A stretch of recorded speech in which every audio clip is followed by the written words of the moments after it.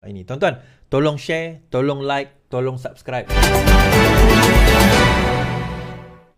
Dusuki akhirnya akur, aset tabung haji tidak dijual kepada bukan Islam. Bekas pemimpin Dewan PAS Ahmad Dusuki Ahmad Rani akhirnya akur bahawa aset tabung haji tidak dijual kepada orang bukan Islam, kata Mujahid. Katanya ia selepas Ahmad Dusuki menarik balik rayuannya di Mahkamah Rayuan Putrajaya hari ini dalam kes saman yang dikemukakan. Kini, dengan tindakan yang telah menarik balik rayuan itu membuktikan Ahmad Dusuki akhirnya akur bahawa aset tabung haji tidak dijual kepada orang bukan Islam. Dengan tindakan Ahmad Dusuki menarik balik rayuan tersebut, maka berakhirlah episod fitnah yang sekian lama diputarkan oleh Dusuki dan pihak PAS sejak sekian lama, tuan-tuan. Sebab itu keluar ni tahniah. Tahniah Dusuki kerana kita nak cerita tahniah.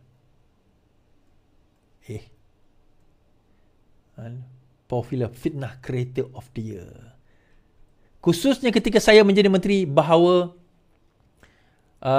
aset tabung haji dijual kepada orang bukan Islam, katanya dalam Twitter hari ini. Mujahid berkata, Mahkamah Rayuan mengarahkan Dusuki membayar kos RM5,000 kepadanya. Untuk rekod, Ahmad Dusuki menghubungkan saman ke atas Mujahid berikutan ciapan berbunyi, seorang ustaz berdusta, berpuluh ribu jadi mangsa, belagak tahu segalanya, akhirnya telan api fitnah dalam perut dia sendiri hingga kini tak pernah tarik balik pendustaannya. Allahu musta'an. Susulan itu Dusuki menuntut Mujahid membuat permohonan maaf melalui siaran berita, tetapi kemudian dia Dusuki yang kalah saman tersebut. Saya rumuskan begini cerita ni, tuan-tuan. Apabila tabung haji nak menyelamatkan tabung haji pada tahun 2018, Pakatan Harapan membuat satu langkah drastik dengan menubuhkan sebuah syarikat penyelamat SPV, Special Power Vehicle, di bawah MOF. Di mana syarikat itu membeli aset tabung haji. So aset tersebut dibeli oleh siapa? MOF. Duit itu digunakan untuk mengimbang kembali balance sheet atau imbang duga di dalam akaun tabung haji sebab nak bagi dividen. Di dalam akta tabung haji, sekiranya liability melebihi aset, dividen tidak boleh diberikan. Tetapi setelah bertahun-tahun lamanya, rupanya akaun tabung haji telah ditipu. Dia ada aset, liability lebih daripada aset sekian lama. Tetapi creative accounting menyebabkan itu tidak berlaku. So, Pakatan Harapan took over, betulkan balik keadaan, akhirnya stabil. Sehingga sekarang tabung haji selamat, tuan-tuan. Data atas usaha antara lain Dr. Mujahid Yusof Rawa. Pakatan Harapan sewaktu kerajaan memerintah. Walaupun selama 22 bulan, itu usaha yang dilakukan. Tetapi mereka menabur fitnah mengatakan aset itu dijual kepada siapa? Kepada orang bukan Islam.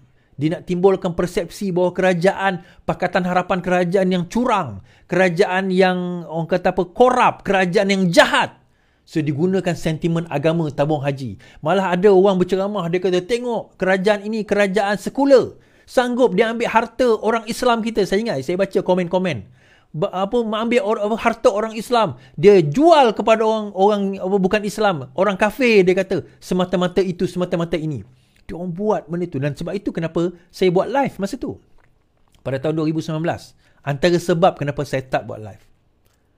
Dan bila perkara tersebut disebar luaskan, orang mula main sentimen itu. Saya seorang je lah yang cakap masa tu kan.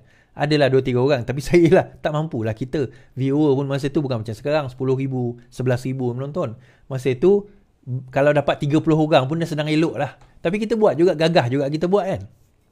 Kita buat juga penjelasan. So bila dah tersebar dah fitnah itu, akhirnya dah dijelaskan dan sebagainya benda tu. Tabung haji pun dah jelas. Ada orang persoalkan tadi. Tabung haji dah cakap kan, pergilah website tabung haji. Tabung haji dah siap buat satu kenyataan bertulis 2019. Dah jawab dah isu tu. Tapi walaupun bukan nak baca. Dia tak nak baca, tak nak rujuk tabung haji ni. Website tabung haji siap dah tulis, dah keluar kenyataan akhbar dah pada waktu itu. Tapi yalah, masa itu cyber trooper kita tak strong. So akhirnya apa yang berlaku, tuan-tuan, sekarang masa itu, lepas sekarang ini, Mujahid pun buatlah satu tweet. Dia kata inilah dia pemfitnah tapi tak pernah minta maaf. Ahmad Dusuki saman dia. Aku tak nak panggil dia ustaz lah. Tak layak orang pemfitnah macam tu kita panggil ustaz, tuan-tuan. Tak layak, minta maaf. I'm sorry. Ahmad Dusuki pergi saman Mujahid Dr. Mujahid, saman Dr. Mujahid, dia kalah saman itu. Dia kalah saman itu. Kerana terbukti di dalam perbicaraan, memang aset itu tidak dijual kepada orang bukan Islam. Dia buat rayuan, dia tarik balik rayuan, dia bayar 5,000 kos. Poinnya apa tuan-tuan? Pertama, Ahmad Dusuki ni tak pernah minta maaf kepada Dr. Mujahid Yusof Rawa. Tak pernah. Kedua, dia tidak pernah meminta maaf kepada tabung haji sekalipun. Tak pernah. Di atas fitnah yang dia telah taburkan, di atas fitnah yang disebarkan, di atas fitnah yang dia telah lontarkan, bukan setakat kepada Mujahid, tetapi juga kepada tabung haji. Syarikat yang mengendalikan orang-orang yang membawa umrah, yang pergi ke umrah, pergi haji dalam negara kita. Dia tidak pernah meminta maaf. Yang kedua, penebar-penebar fitnah di dalam negara ini pun tidak pernah meminta maaf kepada Mujahid, Dr. Mujahid, dan juga kepada tabung haji. So, janganlah pelik tuan-tuan. Kalau mereka ini akhirnya jadi ejen fitnah. Dia nak cerita apa? Cerita festival. Korang kaki fitnah. Siapa nak percaya? Siapa nak percaya? Korang nak cerita pasal festival yang aku dah jelaskan tadi dah. Korang kaki fitnah. Memang kaki fitnah. PAS adalah kaki fitnah. Virus Perikatan Nasional. Sebab fitnah ni adalah virus. Hashtag VPN tuan-tuan. Boleh tak? Tolong semua. Hashtag VPN. Tolong. Hashtag VPN. Hashtag VPN. Hashtag VPN. Come on. Come on. Come on. Come on. Kita nak sebarkan kepada rakyat. Apa yang PAS Bersatu Perikatan Nasional bawa tidak lain tidak bukan adalah virus Perikatan Nasional VPN yang merosakkan negara. Mereka sebarkan virus itu dan virus itu adalah fitnah-fitnah yang disebarkan di dalam negara kita untuk merosakkan kestabilan negara kita, untuk merosakkan ekonomi negara kita, untuk merosakkan kerajaan yang sekarang ini membantu bermati-matian nak membantu negara kita ni jadi sebuah negara yang sangat baik, telus dengan segala reform yang kita nak bawa. Hashtag virus Perikatan Nasional, virus fitnah, pemfitnah negara, pempertikaian negara, pertikaian nasional, pemfitnah nasional, virus pemfitnah nasional, VPN, VPN, VPN. Tuan-tuan, itu yang kita nak kena bawa sekarang ini. Itu kita kena sebarkan.